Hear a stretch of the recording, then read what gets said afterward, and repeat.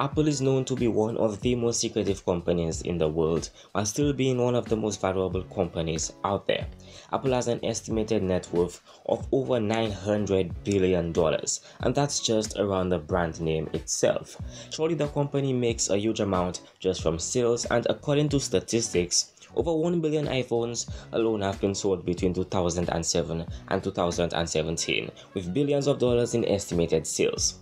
But the interesting question is what sets Apple apart from companies such as Samsung and Google. Why do Apple products keep their value even after many years of being on the market? First off, I'm going to say that this does not apply to every single Apple product which has been produced, but mainly the majority of Apple products which are used today. The first reason I can think of is that Apple devices tend to be made very well and they last longer than other brands. For Apple, there is no low end of the spectrum.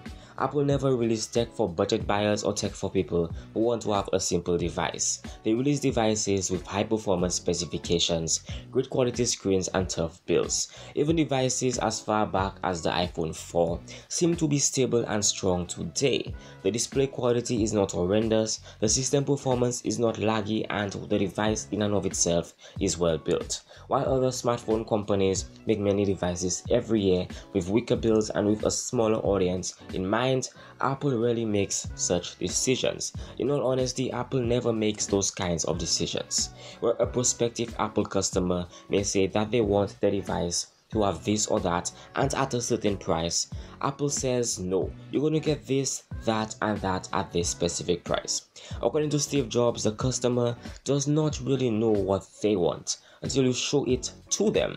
So Apple, instead of listening to the customers who are dedicated to the company and are always giving their input, decides to ignore the customer's input and implement what they think is best for the products, and it has worked well many times. That's why prices are so high for Apple devices, and the same can be said for performance. While all may not agree with me, it can surely be said that Apple cares about their customers, always providing the best quality devices for those who buy their smartphones or Mac computers. While I'm not saying that other companies like Samsung or even Nokia don't cater for their customers, Apple has an interesting way of doing it, and being a business, they still have the idea of a profit in mind. So the high prices are a reflection of a great profit to the company and a great performance of their devices. The second reason I believe that Apple devices hold their value is because of the brand itself. Yes, Apple is a popular brand, but looking deeper, it's much more than just the brand. It's a reputation that Apple has built around the name, the reputation around the name MacBook, the reputation around the name iPhone, the reputation around the name iMac, the reputation around the name Apple.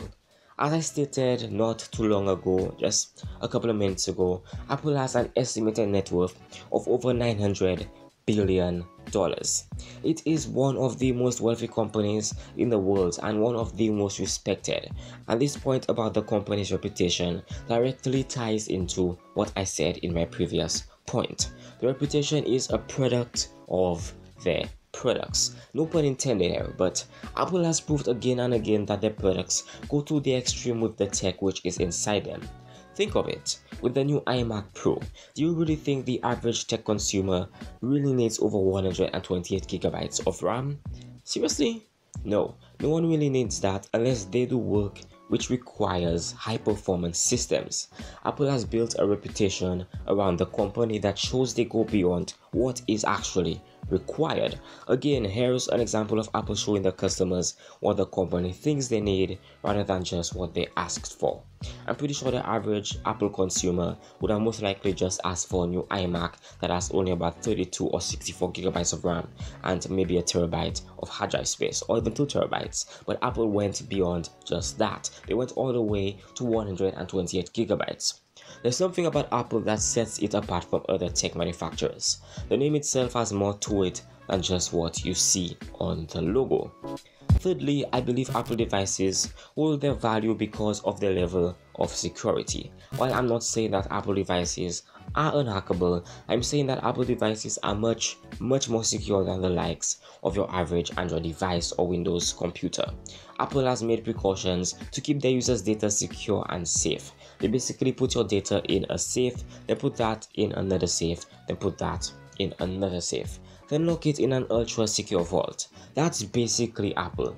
I'm someone who really has no brand loyalty, and if I'm looking for performance and security, I would definitely move from a Windows PC to a computer running Apple's Mac OS. No offense to Microsoft, but Apple has a greater lock on security than what I've seen on Windows. Plus, the interface is a lot more refreshing, cleaner, and geared towards productivity.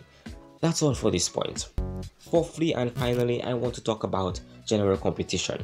There is a huge amount of non-Apple product manufacturers, and competition between them is huge. When it comes to Apple, the company competes in the general production market of computers and smartphones, but there is way less competition when it comes to iOS devices specifically.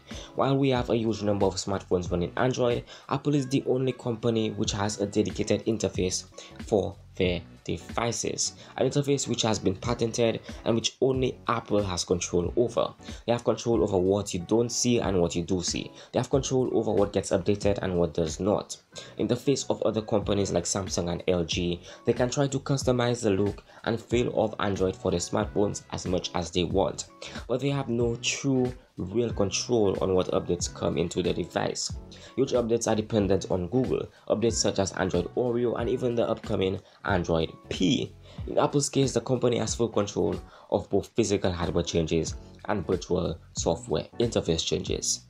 When something new comes along in terms of OS updates, Apple knows exactly which devices are optimized to run it and which devices are not. When Google releases a new update to their Android system, they can't really know which devices out there have the capabilities to run properly with this new update, given the fact that it's basically a wide open field with Android devices which are and are not up to par.